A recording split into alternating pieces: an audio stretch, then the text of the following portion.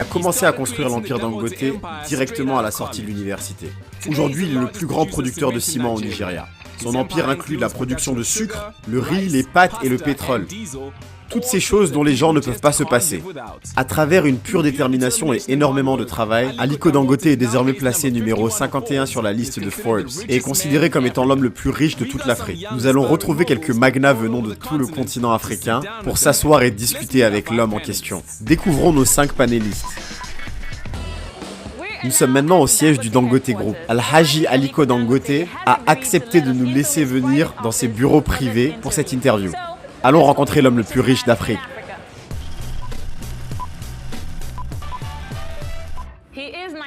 Il est le Warren Buffett du Nigeria. Il a été placé numéro 51 sur la liste Forbes des personnes les plus riches du monde. The News of Africa l'a décrit comme l'une des 100 personnalités les plus influentes du continent. Mesdames et messieurs, souhaitez la bienvenue avec moi à Alhaji Dangote. Merci beaucoup, monsieur, pour votre temps. J'aimerais commencer au tout début de votre histoire. Disons quand vous étiez à peu près un adolescent. Est-ce que vous étiez vraiment la tête dans vos livres tout le temps, ou vous étiez plutôt ce garçon qui avait l'habitude de s'amuser avec ses amis et aller faire la fête? Non, pas réellement, vous savez, j'ai plutôt eu l'habitude d'être un peu plutôt espiègle. Vraiment? Oui, vous savez, mais j'étais plutôt pas le type de personne à me mélanger avec les mauvais garçons. J'étais généralement plutôt avec mes proches, ou plutôt la famille, ou mes amis. Donc on se connaissait plutôt bien, et vous savez, j'essayais d'être vraiment... Parce que mon grand-père était quelqu'un de vraiment strict. Donc je voulais vraiment m'assurer de ne jamais dépasser les limites, vous savez. Est-ce que vous aviez déjà imaginé être la 51e personne la plus riche sur cette terre et la personne la plus riche d'Afrique? Et comment est-ce que vous vous sentez par rapport à cela? Honnêtement, non. Pas du tout. Vous savez, je n'ai même jamais imaginé être dans une liste une fois dans ma vie. Pour commencer. Mais vous savez, je suis vraiment reconnaissant envers Dieu par rapport à cela, le fait d'y être. Mais vous savez, c'est également très compliqué d'y être, parce que quand vous y êtes, vous devez vraiment travailler très dur pour être sûr de ne pas être éjecté de la liste. Et quelles clés diriez-vous ont été les clés de votre succès? Le travail acharné. Je crois vraiment que nous sommes une entreprise très concentrée. Nous ne nous lançons jamais dans des choses que nous ne comprenons pas. Vous savez, tous les business que je ne comprends pas, je ne me lance jamais dedans. Vraiment pas du tout. Et c'est l'une des raisons pour lesquelles nous avons autant de succès. Donc, vous avez parlé de travail acharné. Il y a des rumeurs qui disent que vous travaillez de longues heures durant la journée et que vous allez jusqu'à 12 heures par jour. Donc comment est-ce que vous arrivez à avoir un équilibre entre votre vie privée et votre vie professionnelle? Pour commencer, déjà, je ne travaille pas 12 heures par jour. Je pense que je travaille au moins, et je dis bien au moins, 18 heures par jour. Oui, vraiment, et je le fais, vraiment. Mais par contre, le week-end, je ne travaille plus du tout. Je suis une artiste, une chanteuse, et la musique est ce qui me motive. Donc quand vous avez un planning de travail qui est éprouvant, est-ce que vous écoutez de la musique? Quel type de musique est-ce que vous écoutez pour pouvoir vous inspirer? Cela dépend, vous savez, cela dépend de mon humeur. Vraiment, parfois j'aime bien aller et puis écouter de la musique locale. Vous savez, je ne sais pas, des gens comme, je ne sais plus comment il s'appelle, King Sonia. Je pense qu'il n'y a personne sur cette terre qui n'aime pas écouter de la musique. Je suis sûr que même le défunt Osama adorait écouter de la musique. Aussi fanatique qu'il était, je suis sûr qu'il écoutait de la musique. J'aimerais savoir si vous pouviez nous donner les facteurs clés pour lesquels l'Afrique est l'un des meilleurs endroits pour pouvoir avoir du succès et également les choses qui font que c'est l'un des endroits les plus compliqués. Vous savez, par rapport à l'Afrique, certaines des choses que vous entendez sont souvent seulement de la perception par rapport à ce que les gens ont. Certaines personnes sont juste trop paresseuses pour chercher à savoir si l'Afrique est un endroit qui est bien. Et ils entendent simplement de quelqu'un que l'Afrique n'est pas un bon endroit pour investir ou pour pouvoir faire du business et que le business est compliqué. Mais les choses ont tellement changé par rapport à cette perception. Nous sommes le seul continent qui a une telle croissance, avec une croissance supérieure à 5% de PIB de partout. Donc vous savez, l'endroit où vous devez définitivement aller et investir pour faire de l'argent, c'est l'Afrique.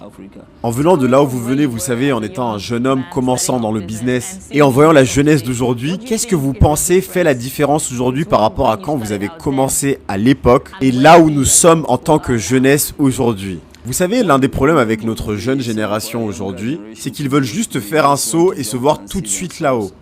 du jour au lendemain. Et cela ne se passe jamais comme ça. Ce que vous devez faire, c'est être vraiment très concentré comme personne et vous dédier à 100% à ce que vous faites, qu'importe ce que c'est. Ce n'est vraiment pas bon pour vous de commencer quelque chose, de l'essayer et après seulement un mois dire « Ok, ça ne marche pas, je laisse tomber, je passe à quelque chose d'autre ». Je pense que vous devriez être vraiment très concentré sur ce que vous faites. Une fois que vous croyez vraiment dans ce que vous faites, vous ne devriez jamais prendre un business ou un job comme quelque chose que vous devez faire. Vous devez vraiment le prendre comme le fait que cela fait partie de vos loisirs, de vos passe-temps. Vous allez le faire beaucoup mieux. Les Nigérians pensent qu'il n'y a que deux classes sociales, les riches et ensuite les pauvres. Et à votre avis, est-ce que c'est à cause de la privatisation, la corruption, ou pourquoi est-ce que cela se passe ? Et qu'est-ce que le gouvernement ou des gens comme vous peuvent faire pour créer cette classe moyenne ? Au Nigeria, je pense honnêtement que la corruption, effectivement, est l'une des raisons à cela. Le fait de ne pas créer de classe moyenne. Mais vous savez, si vous regardez précisément, la force de travail à elle seule peut créer beaucoup de classes moyennes. La force de travail, juste en ayant plus de force de travail. Donc si le gouvernement arrive à rétablir une bonne force de travail dans les années qui vont suivre, vous allez voir beaucoup de gens venir de la pauvreté et rejoindre ce segment de la classe moyenne. Vous savez, il y a eu cette étude qui était, je ne sais plus, du gouvernement ou de Goldman Sachs, je ne sais plus, qui disait « Si nous arrivons à avoir simplement 1 heure en plus de force de travail, notre PIB va croître de 9%. » Le potentiel est là en Afrique, il est énorme. Ces informations comme quoi Dangote a le monopole sur tout et qu'il n'y a pas de compétition, ce qui n'est pas du tout sain pour notre pays, quelle est votre opinion là-dessus ? Vous savez, la question n'est pas vraiment de savoir si Dangote a un monopole, parce que Dangote honnêtement n'a pas réellement de monopole. Nous sommes une entreprise qui croit réellement dans le Nigeria et dans l'Afrique. Parce que nous y croyons beaucoup, nous allons et nous investissons toujours énormément. Alors que d'autres personnes nous regardent simplement faire. Mais à partir du moment où nous arrivons à un certain niveau d'investissement, les gens vont commencer à crier, à parler de monopole. Il n'y a rien de tel qu'un monopole, car il n'y a rien de ce que nous faisons où nous sommes les seuls à le faire. Qu'importe le produit, que ce soit du ciment, que ce soit les fleurs, ça peut être tout ce que vous voulez comme produit. Et les lois sont les mêmes pour tous. Vous savez, le gouvernement va toujours créer des régulations qui vont affecter que ce soit Dangote ou tous les autres concurrents de Dangote, donc il n'y a pas de différence. Ce n'est pas une question de savoir si oui ou non il y a un monopole, je sais que cela peut y ressembler, parce que les gens ne s'investissent pas. Et si tu n'investis pas, tu ne vas pas être forcé à participer au business. Mais si par contre tu investis, tu sais, c'est un terrain de jeu qui est plutôt équitable. Si par exemple tu es une compagnie chinoise et que tu décides de venir dans le business dans lequel nous sommes, nous n'avons aucun pouvoir pour t'arrêter et t'empêcher de le faire. Donc il n'y a pas de monopole du tout. Mais vous savez, c'est juste par rapport au fait que nous sommes effectivement à une certaine taille qui fait que dès qu'on entend parler de Dangote, on va penser monopole et que les gens vont crier en disant non, non, non, non. Vous savez, personne ne va se lancer dans ce type de business parce que c'est Dangote.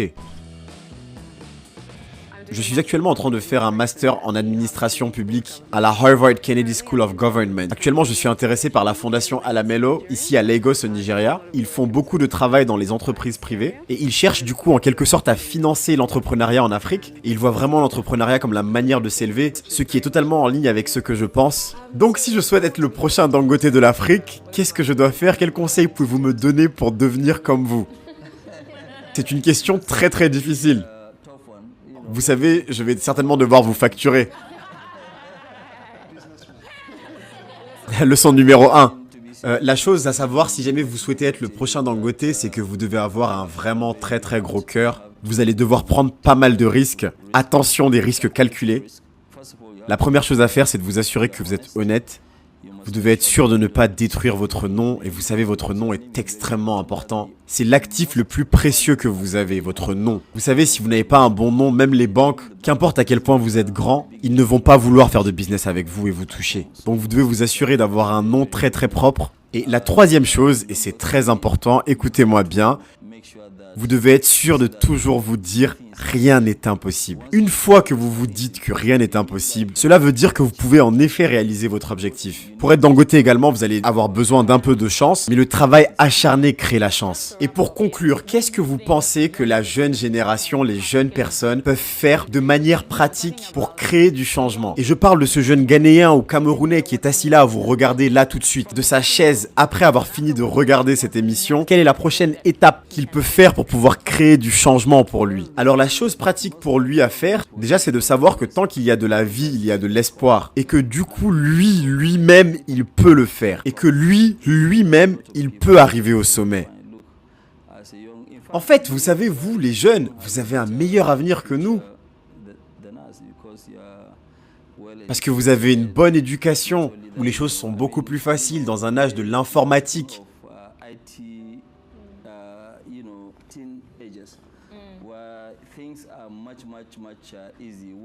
Vous savez, quand nous grandissions, il n'y avait pas toutes ces choses-là. Il n'y avait pas de téléphone mobile du tout. Toute cette information facile. Vous avez Facebook, vous avez Twitter. Toutes ces choses-là sont accessibles et vous donnent de la connaissance. La chose dont nous avons réellement besoin en Afrique, c'est que si vous faites vos études à l'étranger, une fois que vous avez fini, il faut revenir à la maison. Et vous devez venir contribuer également et donner votre part. Parce que si vous ne revenez pas réellement, cela va continuer à nous créer un désavantage par rapport aux autres. Donc vous devez revenir à la maison et donner votre propre contribution. C'est la seule chose qui va changer l'Afrique. Si vous continuez à rester en dehors de l'Afrique, alors l'Afrique ne changera jamais. Merci d'avoir regardé cette interview avec Aliko Dangote. Ses conseils pour croire en soi, travailler dur et ne jamais abandonner sont essentiels pour viser l'excellence. Souvenez-vous, avec détermination et foi en vos capacités, rien n'est impossible. Continuez à apprendre et à investir en vous-même. Restez connectés pour plus d'inspiration et de succès sur notre chaîne.